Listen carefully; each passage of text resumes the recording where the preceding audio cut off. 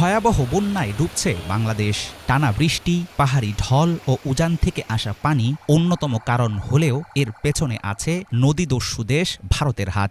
শুকনো মৌসুমে খরায় পুড়িয়ে ভরা বর্ষায় বাঁধ ছেড়ে দেওয়ার ব্যাপারে দিল্লির রয়েছে জঘন্য ইতিহাস। নিজেদের বাঁচাতে ৩১ বছর পর এবার দেশটি খুলে দিল ত্রিপুরার ডুম্বুর জলাধারের স্ল্যাপগেট।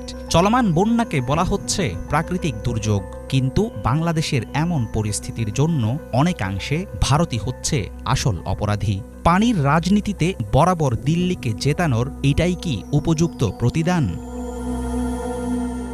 ঢাকার ঘনিষ্ঠ বন্ধু দাবি করে আসলেও দিল্লির একচোখা আচরণের কারণে রাজনৈতিক ও ভৌগোলিক দিক থেকে হুমকির মুখে আছে বাংলাদেশ।